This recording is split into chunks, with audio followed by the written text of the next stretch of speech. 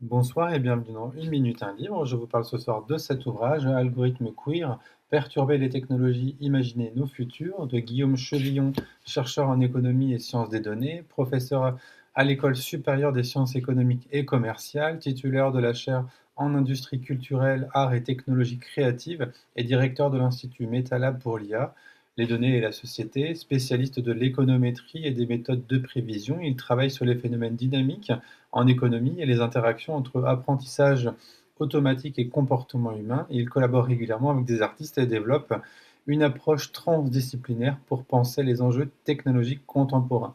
Un ouvrage aux éditions B42 2026, un essai étonnant et qui, je pense, répond à maintes attentes dès lors que l'on s'intéresse à la question des algorithmes, et bien souvent d'ailleurs qui entraîne un grand nombre d'interrogations, de suspicions aussi parfois, et peut-être une vision peut-être un peu fermée aussi. Ah, il ne s'agit pas d'algorithmes à destination des personnes queer, ce qui n'aurait pas vraiment de sens, mais plutôt ici de mobiliser les études queer pour mieux penser les algorithmes, et donc mieux passer en manuel et mieux permettre une projection vers l'avenir. On parle de queerness pour Horizon.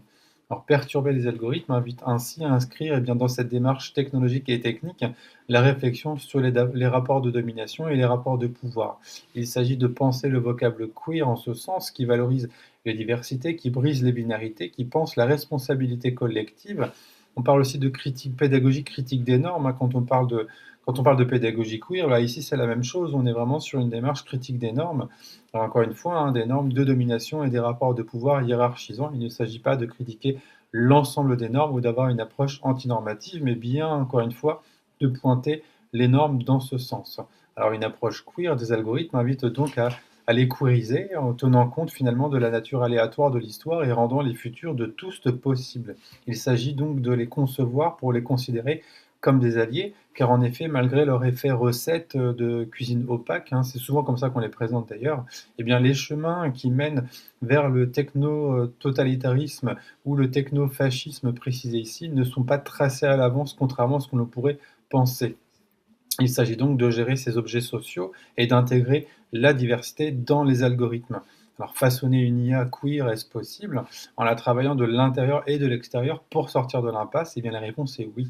En effet, les algorithmes d'apprentissage automatique ne sont pas nécessairement destinés à reproduire des récits dominants ou prévoir des futurs majoritaires. Pour le dire autrement, créer des données qui n'ont jamais été formalisées ou qui constituent de fait des alternatives existantes au système hégémonique.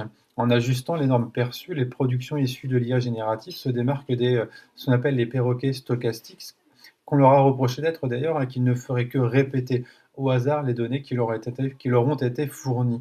Alors cette réflexion ouvre des pistes pour penser autrement, hein, cette conception algorithmique, intégrer des narrations dites alternatives, travailler la mémoire et ses traces, repérer les signaux faibles, jouer avec les temporalités, questionner les normes et leurs déviances, accueillir l'incertitude, la multiplicité, la fluidité, mais aussi les émotions, les répétitions et les ruptures. On parle aussi de corps, hein, d'ailleurs dans cette question, et peut-être qu'avant la lecture, on n'imaginerait pas effectivement que l'ouvrage aborde aussi la question du corps.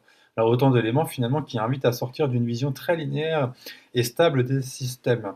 Pour autant, leur traduction concrète dans les algorithmes reste encore largement à inventer, hein. Encore une fois, on se sent rapidement face à une impasse. Alors, il s'agit donc moins finalement d'un modèle achevé que d'un horizon. Imaginer d'autres formes d'action et renforcer notre capacité d'agir pour ne pas laisser ces outils décider seuls de nos futurs tout simplement. Enfin tout simplement entre guillemets. Il faut donc tenir tête aux algorithmes, hein, comme le précise Guillaume Chevillon, de mieux penser les technologies dites de résistance, la non-conformité, et faire en sorte que les algorithmes ne servent plus à exclure, à diviser, mais bien à inclure, à produire ce qu'on appelle des safe space, hein, pour les communautés.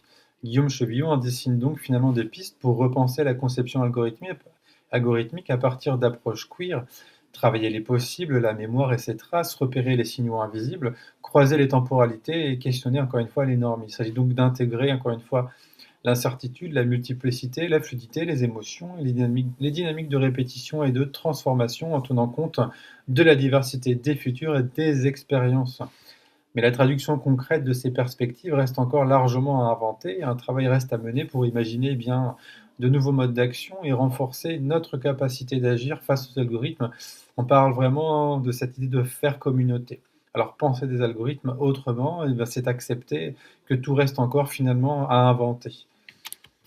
Je vous invite à découvrir ce texte, en tout cas c'est étonnant et en tout cas je peux vous assurer que l'écrit de Guillaume Chevaillon en dit largement davantage. Peut-être que les pensées que vous avez en voyant ce titre, en fait on va bien au-delà en tout cas du titre, etc.